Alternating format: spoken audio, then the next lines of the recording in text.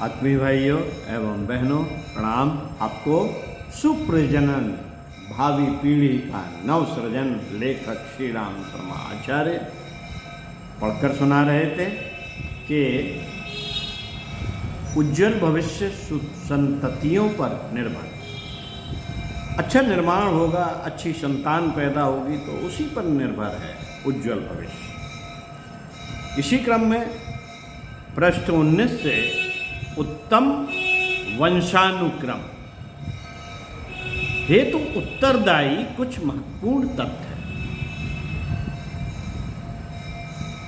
बीज अच्छा हो यह तो जरूरी है ही, साथ ही यह भी देखा जाना है कि वह बीज कहाँ पल्लवित विकसित हो रहा है, वहाँ का वातावरण कैसा है। यदि यह न देखा गया तो वे सारे प्रयास अधूरे व असफल ही रहेंगे। संतति स्वस्थ हष्टपुष्ट हो यह अपनी जगह सही है, पर वह संस्कारवान हो, मेधावी हो एवं विपरीत परिस्थितियों में भी प्रगति कर सकने की क्षमता रखता हो, यह भी अत्यंत अनिवार्य है। मित्रों, संतान को सुयोग्य बनाने में माता पिता की प्रजनन प्रक्रिया ही सब कुछ नहीं होती। वे तो श्री गणेश बीजारोपण मात्र करते हैं, अगला का सारा काम तो समूचे परिवार या समाज को करना होता है। बीज उपयुक्त खेत में पड़कर अंकुरित होता और किसान के प्राथमिक पुरुषार्थ की सफलता व्यक्त करता, पर इतने से ही तो काम नहीं चल जाता। उसके लिए खाद कहीं से लानी पड़ती है, पानी का प्रबंध कहीं से होता है, निराई गुड़ाई में किसी का पसीना बहता है, पशु पक्षियों से रखवाली और क्रम कीटकों को निरस्त करने की जिम्मेदारी किसी को उठानी पड़ती है। इस प्रबंध में अनेकों की भागीदारी रहती है और अनेक साधन जुटते हैं। सुयोग्य पीढ़ियों के निर्माण में न केवल गर्भ स्थापना एवं गर्भधारण से उत्तरदायित्व संपन्न होता है, वरन उस अनुष्ठान से समूचे समाज को प्रकारांतर से योगदान करना पड़ता है। ऐसी दशा में उत्पादकों का ही नहीं, समाज के कर्णधारों का भी यह कर्तव्य हो जाता है कि वे सुयोग्य संवर्धन के उपयुक्त वातावरण बनाने, साधन जुटाने की तरह इस बात का भी ध्यान रखें कि कहीं हे सृजन का दौर तो नहीं चल रहा। सज्जन और चोर साथ साथ बढ़ते रहे तो सज्जनता के लाभ से लाभान्वित होने का स्वप्न साकार न हो सकेगा। उठने के लिए सीढ़ी बनाने और गिरने के लिए खाई खोदने का उपक्रम साथ साथ चले तो बात कैसे बनेगी। सुसंतति का शुभारंभ जनक जननी गर्भाधान क्रिया के साथ प्रारंभ होता है। उन दिनों की शारीरिक मानसिक स्थिति तो वंशानुक्रम के रूप में संतति को सुसंस्कारिता एवं दीक्षता प्रदान करने के लिए उपयुक्त होनी चाहिए। इसमें कमी पड़ेगी तो सड़े घुने बीज से उत्पन्न हुए अंकुर पूर्णता तक पहुंच नहीं सकेंगे, वरन उल्टी खींच पैदा करेंगे। जो बोने की क्रिया संपन्न करें वे ही उगने से लेकर पकने तक की अवधि में अभीष्ट आवश्यकताएं जुटाने का भी प्रबंध करें। इसके लिए उनकी पूर्व तैयारी होनी चाहिए। तात्पर्य यह है कि प्रजनन कृत्य में संलग्न होने वालों की आर्थिक स्थिति भी इस योग्य होनी चाहिए कि अपने उत्पादन को समुचित खाद पानी देने तथा सुरक्षा जुटाने में व्यतिरेक उत्पन्न न हो सके। जिसके पास ऐसे साधन नहीं वे बोने का साहस ही न करें। इसमें जुताई बुवाई का श्रम निरर्थक जाता है। साधनों के अभाव में जब अंकुर सूखते हैं तो दुख भी होता है और अपयश भी लदता है। इस अक्षम विकृति सृष्टि का यदि वह भार वहन करना पड़े तो यह भी विश्व मानव की कुसेवा है। उत्पादित संतान का भविष्य न बना सकने की क्षमता न होते हुए भी उस वजन को उठाकर अपनी गर्दन तोड़ लेना और भार की गठरी को जमीन पर गिराकर चूर चूर कर देना कहाँ की बुद्धिमत्ता है? कहाँ की बुद्धिमत्ता है? सुप्रजनन की आवश्यकता और उसकी पूर्ति के लिए विज्ञजनों में उपयुक्त वातावरण, प्रशिक्षण एवं सुविधा साधन जुटाने के लिए समूचे समाज को प्रोत्साहित किया है। इससे पहले उनका कथन यह भी है कि यह कार्य मात्र उन्हें ही करने दिया जाए तो हर दृष्टि से इसके लिए उपयुक्त होने की कसौटी पर कस लिया जाए। जिस प्रकार डॉक्टर, इंजीनियर, सैनिक विद्यालयों में भर्ती होने से पूर्व छात्रों की प्राथमिक योग्यता जांच ली जाती है, उसी प्रकार बालकों के उत्पादन की आज्ञा भी समूचे समाज की ओर से मिलनी चाहिए ताकि कुपात्र उस कार्य में हाथ डालकर मानवीय बिरादरी का अहित न करने लगे। नागरिक अधिकारों की गणना में यदि यौन कर्म आता हो तो भी उसके पीछे इतना नियंत्रण तो रहना ही चाहिए कि वह शरीर की क्रीड़ा तक सीमित रहे और समाज संकट उत्पन्न करने का कारण न बने। संतानोत्पादन समाज को प्रभावित करने वाला कृत्य है, इसलिए उस पर यदि समाज या शासन की ओर से अंकुश लगता है तो इसे अनुचित नहीं कहा जा सकता।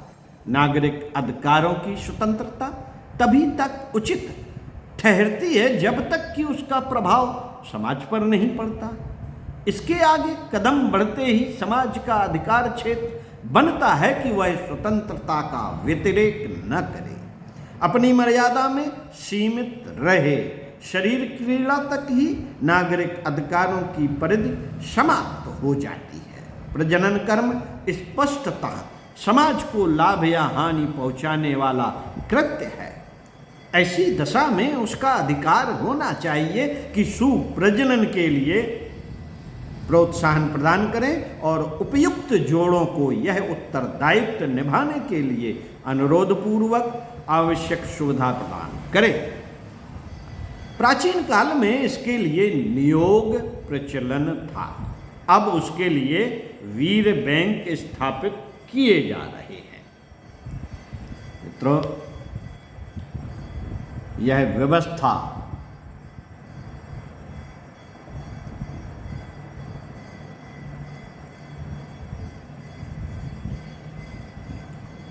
जुटाना अगला काम है। प्रथम चरण कुप्रजनन को रोकना है, जिसके कारण इन दिनों त्राही त्राही मची हुई है और अगले दिनों विपत्ति बरसाने वाली घटा घिरती चली आ रही है। इस रोकथाम की ओर विश्व विचारकों का ध्यान गया है और उन्होंने व्यक्ति तथा समाज में समान आग्रह किया है कि वह अवांछनीय प्रजनन की स्वेच्छाचारिता पर अंकुश लगाने वाले कदम उठाएं, अन्यथा भविष्य को अंधकारमय बनाने वाले विभीषिकाओं में अनुपयुक्त संतानों की भरमार से जो संकट उभरेगा उसका समाधान कर सकना किसी के हाथ में नहीं रहेगा। टिड्डी दल से होने वाली हानियों को जो जानते हैं, उन्हें मूषकों की, मच्छरों की अभिवृद्धि के दुष्परिणामों का पता है, उन्हें यह भी जानना चाहिए कि आज का कुप्रजनन अगले कल किस प्रकार समूचे वातावरण को विषाक्त करेगा और अनेकानेक समस्याओं का कारण बनेगा। फ्रांस के व्यक्तित्व विशेषज्ञ अल्फ्रेड विने ने मेधावी और मंदमती लोगों की इस मौलिक विशेषता का आधारभूत कारण उनके जन्मदाताओं की जीन्स संपदा को बताया है और कहा है कि मेधावी संतानों का जन्म वे ही लोग दे सकते हैं जिनका व्यक्तित्व इसके लिए हर दृष्टि से परिष्कृत हो। पुरातन जीन्स वैभव में आज के व्यक्तित्व का सबसे अधिक प्रभाव रहता है। विनय ने अपने ग्रंथ द ट्रेनिंग ऑफ इंटेलिजेंस में इस बात पर अधिक जोर दिया है कि किसी को बुद्धिमत्ता विकसित करनी हो तो यह कार्य उसकी जनक जननी को अपनी शारीरिक मानसिक दक्षता तदनुरूप बनाने के साथ आरंभ करनी चाहिए। अनुपयुक्त वंश परंपरा लेकर जन्मे बालकों को प्रतिभावान बालकों का उत्पादन बहुत प्रयत्न करने पर भी एक छोटी सीमा तक ही संभव हो सकेगा। अमेरिका में इस संबंध की खोजबीन करने और किसी निष्कर्ष पर पहुंचने के लिए कई महामनीषियों ने असाधारण प्रयत्न किए हैं। इनमें स्टैनले फोर्ड के, डॉक्टर लीवस टर्मान, न्यू जर्सी के प्रोफेसर हेनरी गोडार्ड और हार्वर्ड विश्वविद्यालय के रॉबर्ट यर्कीज प्रमुख हैं। इन तीनों ने संतानोत्पादक दक्षता के संबंध में एक विशेष पर्यवेक्षण पद्धति का आविष्कार किया है। उसका नाम दिया है स्टैनफोर्ड विने टेस्ट। वे कहते हैं जो इस परीक्षण में खरे उतरे मात्र उन्हीं को संतानोत्पादन का लाइसेंस मिलना चाहिए, शेष को इसके अयोग्य घोषित कर देना चाहिए। यूनेजिम्स रिसर्च एसोसिएशन की committee on an heritage of mental test के सम्मुख प्रोफेसर गोडार्ड ने अपना प्रतिवेदन प्रस्तुत किया था कि ऐसे लोगों को बलपूर्वक बधिया बना दिया जाए। यौन कर्म में तो रत रहते हैं किंतु सुयोग उत्पादन की दृष्टि से अक्षम। इस प्रतिवेदन से प्रभावित होकर मूढ़ता की रोकथाम प्रयोजन के लिए कई देशों ने कानून भी बनाए और अंकुश भी लगाए। ऐसे अनुबंधों में पेनसिल्वानिया, इंडियाना, न्यू जर्सी और इयोवा में हल्के फुल्के कानून भी बने।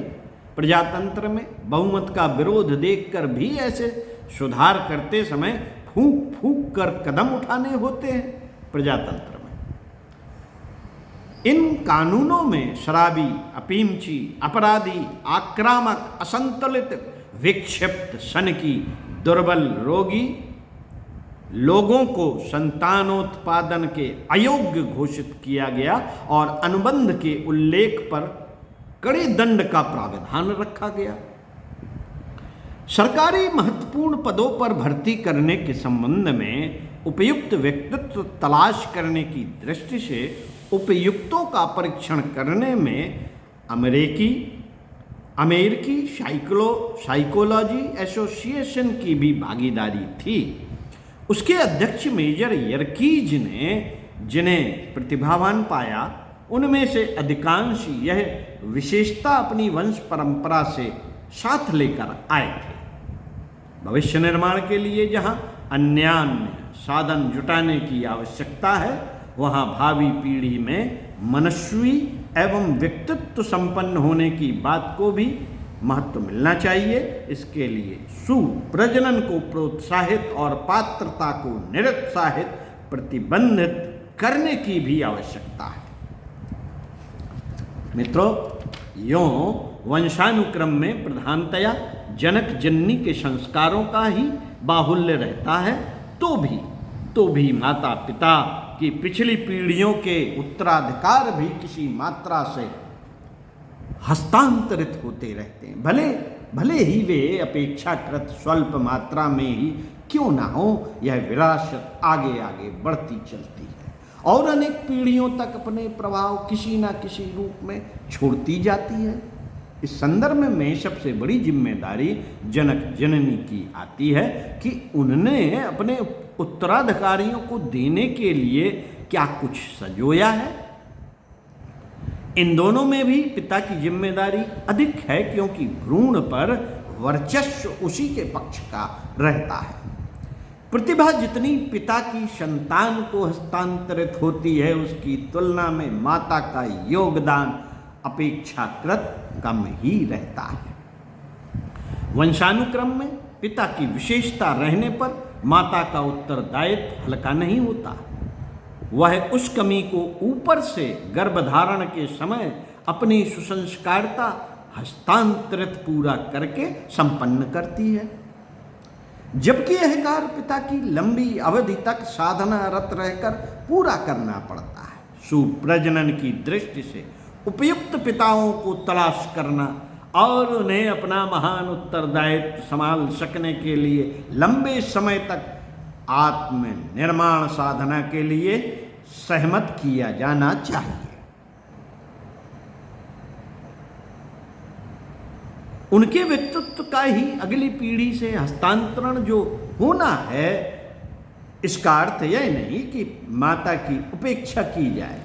उनमें से अधिकांश में भावनात्मक वरिष्ठता प्रकृति प्रदत्त परंपरागत रूप से पाई जाती है, तो भी उन्हें गर्भधारण के समय की तथा पालन पोषण के दिनों की उत्कृष्टता तथा सतर्कता जानने एवं अभ्यस्त करने का प्रयत्न समय रहते किया जाना चाहिए तथा इस हेतु प्रशिक्षित किया जाना चाहिए। संस्कारवान प्रतिभावान नागरिक जन्मेंगे तो दोनों ही घटकों के श्रेष्ठ होने पर एक भी पक्ष घटिया हुआ तो संतति वैसी होगी जैसी आज बहुसंख्यक देखने में आ रही है। ओम शांति। आगे आपको दूसरा विषय पहला था आपको जो पढ़ा और सुनाया, उज्जवल भविष्य सुसंततियों पर निर्भर। दूसरा विषय आपको पढ़कर सुनाएंगे अगले वीडियो में, सुप्रजनन हेतु इंद्रिय संयम की अनिवार्यता। ओम शांति।